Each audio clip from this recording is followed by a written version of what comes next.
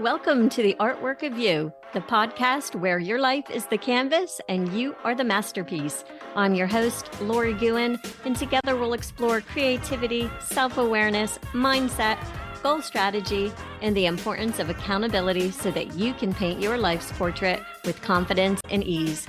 Remember, in the gallery of life, you're not just a spectator, you are the art. So let's grab our brushes and start creating the masterpiece that is you. Hello, my friends. I am so glad that you are here with me today because today I want to talk about something that I know many of you can relate to, and that's being busy but not actually making progress on what matters most. And I've been thinking about this a lot because just last week I had conversations with two different people who were feeling stuck in this exact way. In other words, they're doing so much. They're always busy, they're always working on something, but they aren't really moving forward on their goals. And honestly, I get it because I've certainly been there myself. There are plenty of times when I fill my days with tasks that feel productive, but when I look back, I realize that I hadn't really moved the needle forward at all. And as a creative person, which I believe that we all are, by the way, it can be even trickier because there are so many ideas pulling at your attention that when one thing isn't working fast enough, it's easy to think, well, maybe I need to switch gears and try something else. But obviously, constantly jumping from one idea to the next or filling your time with busy work is what actually holds you back. And so I want to talk about how to spot it in your own life. And most importantly, how to start focusing your time and your energy on what will truly get you the results that you want in both your life and your business. Again, I know that we've all been there where our days are packed and our to-do lists feel never ending, especially at this time of the year. And then at the end of the week, we're wondering, what did I actually accomplish? So why does this happen? Well, one reason is that being busy gives us a false sense of productivity because when we're busy, it feels like we're doing the work, like we're being responsible and we're making progress. But the reality is not all work is created equal. And some tasks move us closer to our goals, while others just keep us in motion without getting anywhere. And in business, this might look something like spending hours on your website design or the perfect logo instead of actually connecting with potential clients. And in relationships, it might look like organizing family events, but not addressing the deeper communication gaps that keep showing up. These are the kinds of activities that will make us feel like we're doing the work, but again, they don't actually create the outcomes that we want. And we confuse activity with progress. This gets even more complicated because often we tend to have so many ideas, like we talked about earlier. And I'm sure, again, you know that feeling. You start working on something, and when it doesn't seem to take off fast enough, you start thinking, maybe this isn't the right idea. Maybe I need to switch to something else. And it's so tempting because it feels like you're staying productive. But what's really happening is that you're not giving your first idea enough time to grow. And then you start all over again with a new idea and the cycle continues. I see this all the time. And honestly, I've fallen into this trap myself. I admit there are times that I fill my calendar to avoid doing the things that are uncomfortable, like showing up and putting myself out there in ways that really mattered. It's so much easier to stay busy with the small stuff than it is to face the discomfort of doing the big stuff. But here's the thing, those uncomfortable tasks, they're the ones that make the biggest difference. And so it's important to ask yourself, am I spending my time on things that truly matter, or am I just keeping myself busy? Am I avoiding something uncomfortable by focusing on what feels easier and safer? These tough questions are so important to start asking if you want to make meaningful progress. Now let's talk about why this happens, because in my opinion, understanding the root cause of something is the only way to create a different outcome and not keep repeating the same result over and over. Just like in your health, we want to eliminate the root cause, not just treat the symptoms. So I think one big reason we fall into this pattern is to avoid discomfort because, again, let's be honest, so much of what moves us forward can be uncomfortable. Whether it's having to be vulnerable in a conversation with a partner, or asking for help, or launching an idea into the world, these actions come with risk and fear. And it's easier to fill your time with the tasks that feel safe, even if they're less impactful. It's like we trick ourselves into thinking, well, I'm still working hard, so it's okay. Another reason is the fear of commitment. And this one is especially difficult if you're someone who has a lot of ideas, because it can feel like committing to one thing means closing the door on everything else. There's this fear of missing out on what might happen if you explore a different idea. But in reality, when you don't commit fully to anything, you end up half doing a lot of different things, and none of them reach their full potential. And at the risk of sounding cliche, it's like planting a dozen seeds and watering them just enough to keep them alive, but not enough for any of them to bloom. There's also the lack of clear goals and planning. Without clarity, it's so easy to default to whatever feels urgent instead of what truly feels important. Without clarity, it's easy to default to whatever feels urgent instead of what's truly important. And without a clear plan, it's easy to get scattered. And this will lead to spreading yourself too thin and wondering why progress feels slow. Clarity is key, not just about what you're working toward, but also about how you're going to get there. Because without it, you wake up each day and think, what should I work on today? And end up putting out fires or tackling whatever feels urgent instead of focusing on what's truly important. And this often happens because we underestimate how long it takes for something to take hold.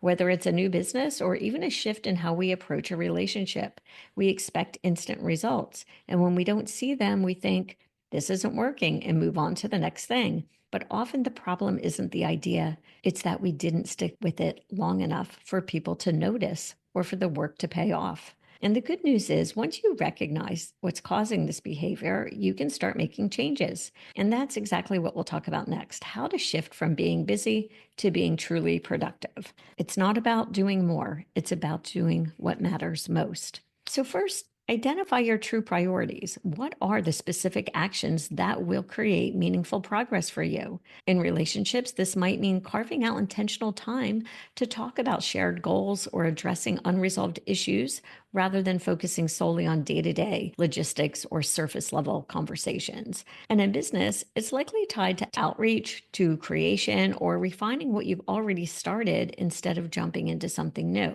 Also, use your creative energy for solutions instead of diversions. If your mind is always buzzing with ideas, and that's a gift, by the way, learn to channel that creativity into solving challenges with your current focus rather than jumping to that next shiny idea. For example, if you're working on growing your business and things aren't taking off as fast as you would hope, resist the urge to pivot too soon. Instead, ask yourself, what's one creative way I can make this idea work? Maybe it's tweaking your offer, trying a new marketing approach, or reaching out to someone for feedback. And the same goes for your relationships. If something feels stuck, don't immediately think this isn't working. Instead, ask, what's one small shift I can make to improve this dynamic? Your creativity is such a powerful tool. Use it to dig deeper into what's possible. And next, I want to share one of my favorite strategies for staying focused, and that's breaking 90-day goals into 30-day sprints. And I love this approach because it gives you a clear target without feeling overwhelming. So let's say that you have a big 90-day goal, like launching a new offer or improving your health. Choose one or two things that you can focus on for the next 30 days. What's one or two specific milestones you can work toward this month? By focusing on these shorter sprints, you can build momentum and really see progress without getting distracted by everything else. So, for example, if your goal is to deepen a relationship, your first 30 days might focus on improving communication by having one intentional conversation each day. And I know that might seem like a lot, but it doesn't have to be an hour-long conversation. It can be a 5-minute conversation that's intentional and has meaning behind it. Another reason this works so well is that it forces you to prioritize. When you only have 30 days to hit a milestone, you naturally will start asking, what's really going to move the needle here? And this will eliminate a lot of the busy work that fills up your schedule but doesn't bring results. And finally, let's talk about sticking with things long enough to see results. This is one of the biggest challenges I see because we live in a world of instant gratification where we expect quick wins. And many people give up on goals and ideas and their relationships because they don't see immediate results. But again, most progress doesn't happen instantly. Results require consistent effort over time. And in your relationships, for example, meaningful change might come from small, repeated actions like consistently showing empathy, or following through on promises, or making an effort to understand the other person's needs. Keep in mind, they won't always create immediate results, but over time, they do build trust and connection. And in business, it's very similar. People often expect their efforts to pay off really quickly, and when they don't, they pivot too soon. But building visibility and trust and momentum takes longer than most of us expect. And this is why committing to a specific time frame, like 90 days, can truly help. It allows you to stay focused and intentional without constantly questioning whether you should switch gears. And so take a minute and ask yourself, what's one thing you're currently working on that you might be tempted to pivot away from? How can you stay focused and use your creativity to solve challenges rather than running to the next idea? Another challenge I see is the expectation that success will follow a linear path. And so you might start strong and then hit a plateau, and you think something's gone wrong. But the plateaus are normal and often are a sign that you need to stay consistent rather than pivot. And this is where many people lose momentum and they give up or shift their focus when staying the course would have led to a breakthrough. It's also important to create systems to track your progress so that you can see how far you've come, even if the ultimate results aren't visible yet. When you track small wins, it will help you stay motivated and reinforce that your efforts are adding up. You can start to see yourself building that value bank that will eventually spill over. And you can recognize that consistency isn't just about persistence, it's about showing up intentionally. That's the key word. Doing the same ineffective actions repeatedly, that's not going to create any progress. So take the time to evaluate what's working and adjust your approach if necessary. And don't abandon your goals prematurely.